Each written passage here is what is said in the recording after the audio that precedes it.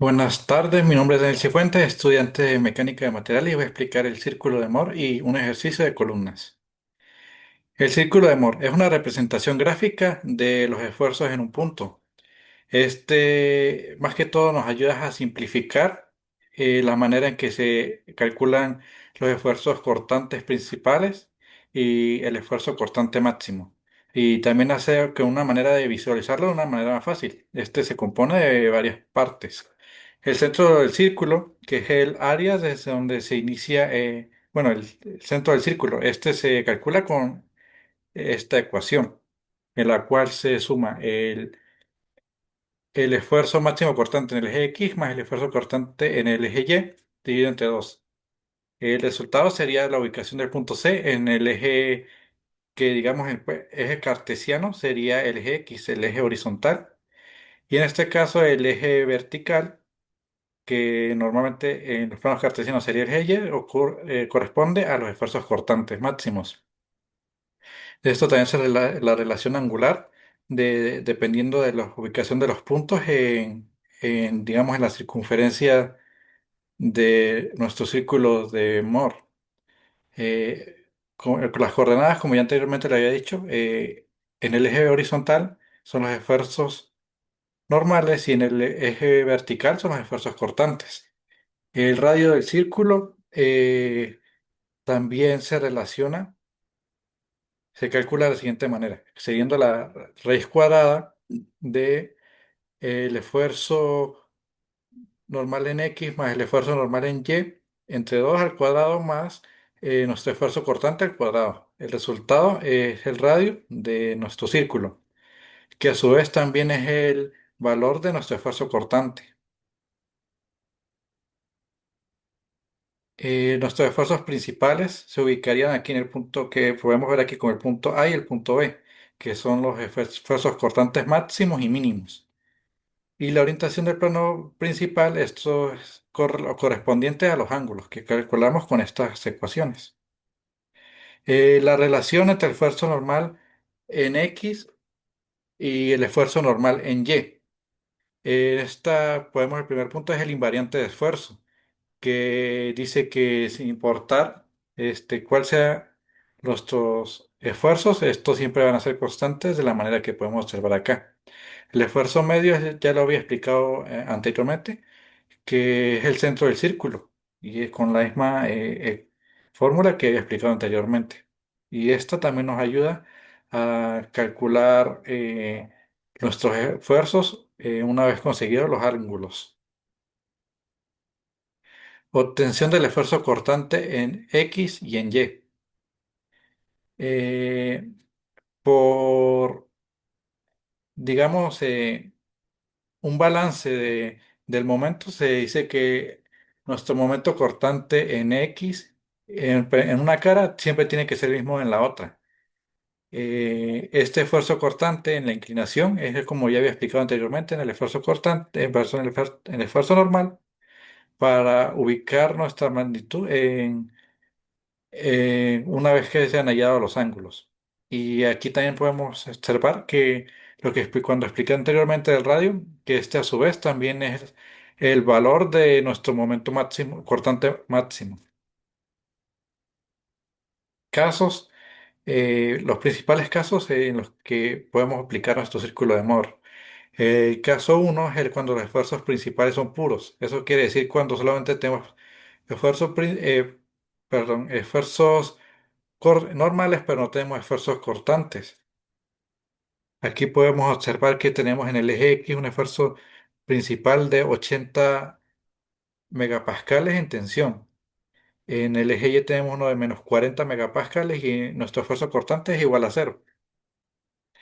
Aquí utilizamos las fórmulas que expliqué anteriormente. Aquí, por ejemplo, tenemos la de círculo, la de Robertson, la del centro, en la cual tenemos que 80, nuestro esfuerzo en X más nuestro esfuerzo en Y entre 2. Y aquí lo podemos observar, 80 más, en este caso se resta debido al valor de Y, que está a compresión, entonces es negativo, entre 2. Nos da que nuestro círculo tiene un centro en el punto 20. Después, posteriormente pasamos a calcular nuestro radio. que repetimos, digamos, en esta parte de la fórmula es muy similar a la manera en que se calcula el centro, cambiando el hecho de que no se suman, sino se restan. Se le dan al cuadrado y también se suma nuestro esfuerzo cortante al cuadrado. En este caso sería raíz de 80 menos 40 al cuadrado. Como aquí ambos no son iguales, se suman. Y aquí nuestro esfuerzo cortante es cero, lo que nos quedaría nuestro valor nada más esta parte, que sería la raíz de 60 al cuadrado. Eliminamos el cuadrado y nos daría 60. En el caso de determinar los esfuerzos principales, nuestros círculos se usan con la siguiente fórmula: C más R para nuestro esfuerzo principal uno, que sería el máximo. En esta ocasión nos dio 80 megapascales y nuestro esfuerzo mínimo se calcula restándole el radio al centro. En este caso es 20 menos 60, nos daría un resultado de menos 40, un resultado de compresión. Y nuestro esfuerzo máximo es el mismo al resultado de nuestro radio, es decir, 60 megapascales. Y nos quedaría nuestro círculo de esta manera. Y nuestros ángulos en este caso serían de 45 grados y se distribuirían de esta manera. El caso 2 es lo contrario, no tenemos esfuerzos principales, pero sí tenemos un esfuerzo cortante, que en este caso equivale a 50 megapascales. En este caso, como no tenemos ningún esfuerzo principal, en nuestro centro es igual a cero, por lo que el centro de nuestro círculo de Moore queda en el origen. En este caso, el radio sería nos daría todos nuestros valores de los esfuerzos, tanto de cortantes como principales. En el caso de nuestra tensión máxima sería de 50, nuestra tensión mínima sería menos 50 y nuestra cortante sería 50 también, siguiendo las fórmulas. Aquí sería la máxima, aquí la mínima. Podemos ver que queda en la parte negativa de nuestro círculo y por aquí nuestra tensión cortante. Queda de la siguiente manera. El tercer caso es el combinado, que es el que generalmente encontramos. En este caso tenemos un esfuerzo en X de 100, en Y de 20, ambos en tensión, y un esfuerzo cortante de 30 megapascales. El procedimiento en sí es el mismo. Agregamos es que aquí tenemos que calcular la orientación de los planos principales, que se hace con la siguiente fórmula. 2 de esfuerzo cortante, esfuerzo en X menos esfuerzo en Y. En este caso nos dio 0,75 y despejamos el argumento de la tangente, lo que nos daría que dos veces el ángulo de P es igual al arcotangente de esto, lo que nos da que en este caso nos dio 36,86 grados. Para conseguir nuestro ángulo despejamos el 2 y obtenemos 18,43, que eso es lo que podemos ver, pues, que utilizamos aquí en la representación de nuestros esfuerzos. Aquí es igual. Este sería nuestro esfuerzo máximo, que se calcula sumando el centro más el radio, y aquí es el mínimo, que sería restándole el centro, perdón, el radio al centro. Y nuestro esfuerzo cortante, que es igual al radio del círculo. Nuestro ejercicio de columnas. En este caso nos piden. El enunciado dice: cada vez resta menos días para el pitazo inicial del partido inaugural entre las selecciones de México y Sudáfrica en el Mundial. No obstante la exigencia de la FIFA, se debe reforzar el número de columnas en las tribunas del Estadio Azteca, sede del partido inaugural, tres de la fase de grupos y final. Para ello se plantea utilizar vigas sobrantes de las estructuras del techo, cortándolas en una longitud mínima de 4 metros y máxima de 6 metros, cuyo perfil muestra en la figura número uno, que podemos ver aquí este perfil de forma C, unido con soldaduras, dos de ellas, de la misma longitud, buscando el perfil para formar una columna que pueda soportar una carga permisible mayor a 10 kilonewtons. Las vigas están hechas de acero laminado, cuyas propiedades se encuentran en la tabla N1, que es la que podemos observar acá. Pero por tratarse de una infraestructura de gran envergadura, hay sobrantes de todos los tipos. No obstante, para el diseño de columnas deberán ser todas del mismo material. Se usa con un factor de seguridad de 2,4. Aquí tenemos los datos. En este caso, debido al rango entre 4 y 6 metros, yo elegí hacerlo con una longitud de 5,5 metros, que equivalen a 5.500 milímetros. Y aquí podemos ver todos los demás datos. Otra mis elecciones fue suponer que es una columna articulada en ambos extremos, lo que nos da una constante K de igual a 1 y una longitud efectiva de 5.500 milímetros, es decir, toda la longitud de la columna. Aquí podemos ver el módulo de elasticidad del acero y aquí calculamos nuestra carga crítica de pandeo requerida, que se calcula multiplicando la carga admitida por el factor de seguridad. Nos daría en este caso 24 kilonewtons.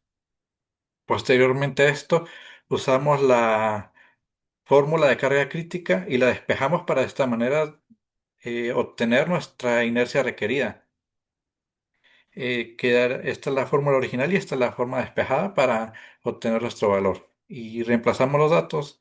Aquí en este caso convertimos nuestro carga crítica de kilonewtons a newtons para simplificar el proceso. Y nos dio que nuestra carga total debe ser de 300.067, perdón, 367.776 milímetros a la 4, que llevándolo a notación científica para simplificar el ejercicio, nos queda que es 0,367 por 10 a la 6. Como en este caso nuestra columna serían dos perfiles, se divide a las dos y se da que cada perfil debe tener una inercia menor o igual a 0,187 por 10 a la 6 milímetros a la 4. Nuestro perfil, selección de perfil, usando los perfiles que están en la tabla 1, el que satisface de mejor manera los requerimientos del ejercicio es el perfil 650 por 12,2, que tiene un área de 1.540 milímetros cuadrados, una altura de 152 milímetros, una inercia en X de 5,35 por 10 a la 6 milímetros a la 4 y una inercia en Y de 0,276 por 10 a la 6. Y también obtenemos su distancia en el centroide y un radio de giro de 58,9. Procedemos a verificar primero en X a ver si nos sirven este perfil. Las propiedades de la columna C150 nos da el área total. Como usted ve, en este caso sería una columna hecha con dos de estos perfiles. Multiplicamos el área por 2 y repetimos el mismo procedimiento con su inercia. Nos da un resultado de 10,70 por 10 a la 6 milímetros al cuadrado. Porque lo que podemos observar es que cumple con creces los requerimientos, pero vamos a realizar estos ejercicios, estas comprobaciones para estar más seguros.